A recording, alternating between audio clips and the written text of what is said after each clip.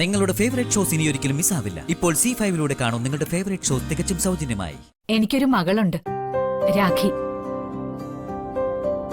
രാഖിയുടെ ഭർത്താവ് സാഗർ.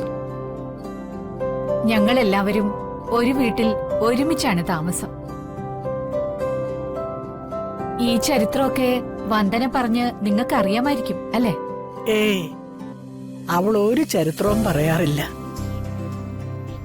കല്യാണപ്രായം കഴിഞ്ഞിട്ടും കഴുത്തിലൊരു താലി വീഴാത്തതിന്റെ വേദന ഒരു പെണ്ണായ മോൾക്ക് ഊഹിക്കാൻ കഴിയുമല്ലോ. നീറി നീറി കഴിയുന്നവള് എങ്ങനെയാ ചരിത്രം പറയുന്നത്? രാജീവ് സാറിന്റെ ഭാര്യ മരിച്ചുപോയെന്നും അദ്ദേഹത്തിന് അതില് ദിയ എന്നൊരു പെൺകുട്ടി ഉണ്ടെന്നും മാത്രം വന്ദനമോള് പറഞ്ഞിട്ടുണ്ട്. പാവം, അമ്മയില്ലാത്ത ദുഃഖം ആ കുരുന്നു മനസ്സിനെ വല്ലാതെ വിഷമിപ്പിച്ചുകൊണ്ടിരിക്കുക. ബിസിനസ് തിരക്കുകൾക്കിടയില് പാവൻ രാജീവിന് ദിയമോളെ വേണ്ട വിധത്തിൽ സ്നേഹിക്കാനും ലാളിക്കാനും പറ്റുന്നില്ല. ദിയമോൾ ഇടയ്ക്കിടയ്ക്ക് ഓഫീസിലേക്ക് വരാറുണ്ട്. അത് രാജീവിനൊപ്പം ചെലവഴിക്കാനല്ല, വന്ദനെ കാണാനാ. വന്ദനെ കാണുമ്പോ കളിയും കാര്യം പറച്ചിലും തുള്ളിച്ചാട്ടവും പൊട്ടിച്ചിരിയും ഒക്കെയായി ദിയമോൾക്ക് പുതിയൊരു ജീവിതം കിട്ടുകയാ. വന്ദനയ്ക്കും അത് തന്നെയാ. മോളെ കാണുമ്പോ 100 നാവാ. അവര് തമ്മിൽ ചേരുമ്പോ അമ്മയും മകളും ആണെന്നേ എനിക്ക് തോന്നാറുള്ളൂ. അത്രയ്ക്ക് ചേർച്ചയാ. ഇതിലും കൂടുതൽ മുഖവരിയൊന്നും വേണമെന്നില്ലല്ലോ. വന്ന കാര്യം പറയാം. ഞാൻ അമ്മയില്ലാത്ത എന്റെ പേരക്കുട്ടിക്ക് വേണ്ടി വന്ദനയെ പെണ്ണ് ചോദിക്കാൻ വന്നതാ.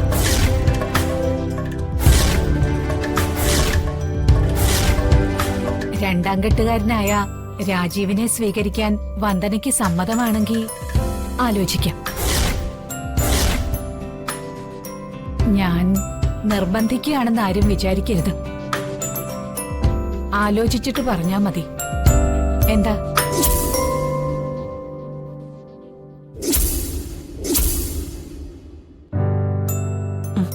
മാഡം, വന്ദനയുടെ അച്ഛനും സഹോദരങ്ങളും ഒക്കെ വന്നിട്ട് ഒന്ന് ആലോചിച്ചിട്ട് വിവരം അറിയിക്കാം. ആ മതി, ധാരാളം മതി. തിരക്കില്ല.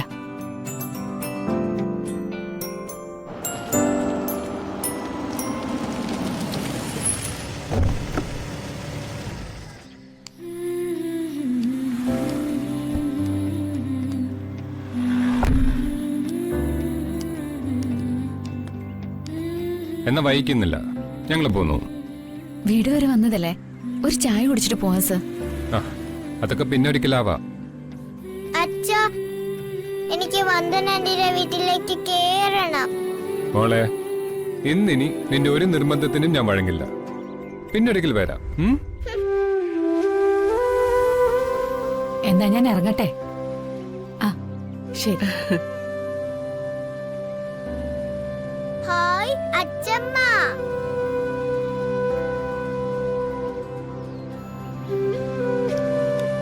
അച്ഛമ്മേ. മോളെ,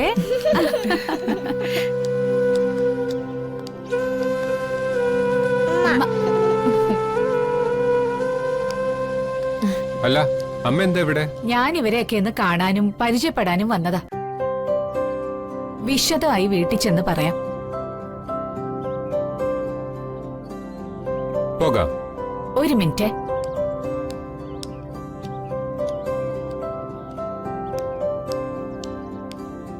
ദാ, ശരി. ഓക്കെ.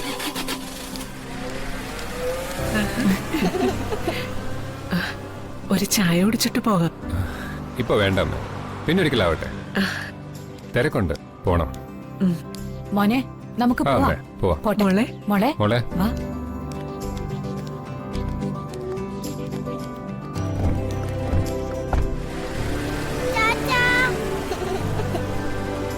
ഒരു വിവാഹം എന്ന് പറയുന്നത് പെണ്ണിന്റെ ആണിന്റെയും ജീവിതത്തിലെ ഒരു പ്രധാന കാര്യമാണല്ലോ. അപ്പൊ എന്റെ കാര്യമാണ്. പ്രകാശിന്റെ കാര്യം തന്നെ എടുക്കാം. സുചിത്രയെ കെട്ടുന്നത് വരെ അവൻ തീരെ ഉത്തരവാദിത്തമില്ലാത്തവനായിരുന്നു. കെട്ട് കഴിഞ്ഞതോടെ അവൻ നല്ലൊരു ഗൃഹനാഥനായിട്ട് മാറി. കൊള്ളാം കൊള്ളാം.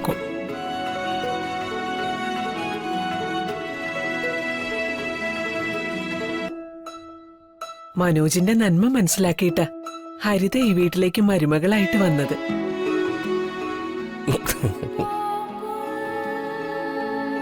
അവനെ ജീവിത പങ്കാളിയായി തെരഞ്ഞെടുത്തതിൽ ഹരിതയ്ക്കും അനിഷ്ടമൊന്നുമില്ല.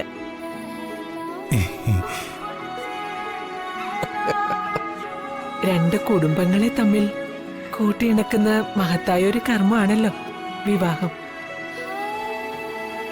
മെഗാ സീരിയൽ വരെ വലിച്ചു നീട്ടാതെ കാര്യം പറ അച്ഛമ്മേ. വന്ദനയ്ക്കൊരു വിവാഹാലോചന വന്നിട്ടുണ്ട്.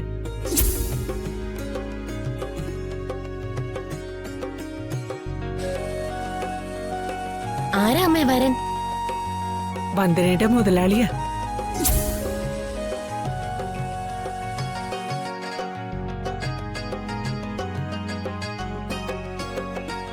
രാജീവിന്റെ അമ്മ ഇവിടെ വന്നിരുന്നു. വന്ദനെ രാജീവിന് വിവാഹം കഴിച്ചു കൊടുക്കണമെന്ന് അവരാവശ്യപ്പെട്ടിരിക്കുക.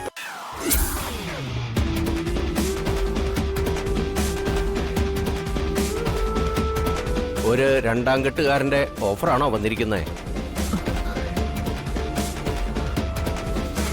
രാജീവ് മേനോന് ഒരു കുട്ടിയുള്ളതല്ലേ? ബൈ 1 and get 1 ഫ്രീ എന്ന് പറയുന്ന പോലെയാണല്ലോ ഇത്. രാജീവിനെ കെട്ടിയാലേ ഒരു കുഞ്ഞു ഫ്രീ.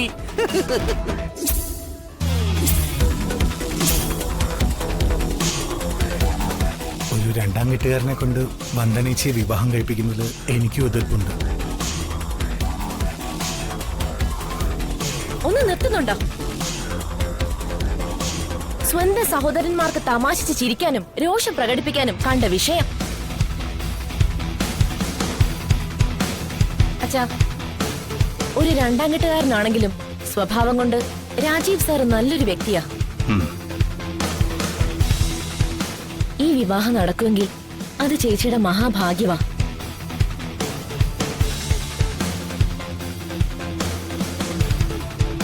ജാതകദോഷമുള്ള പെണ്ണിന് ഇനി ഒന്നാം കെട്ടുകാരനെയൊന്നും പ്രതീക്ഷിച്ചിട്ട് കാര്യമില്ല.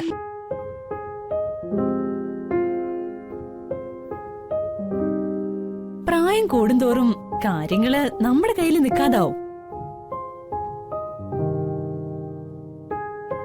അതുകൊണ്ട് ഈ ബന്ധം നടക്കുമെങ്കിൽ നടക്കട്ടെ എന്നാ എന്റെ അഭിപ്രായം. അത് തന്നെയാ എന്റെ അഭിപ്രായം.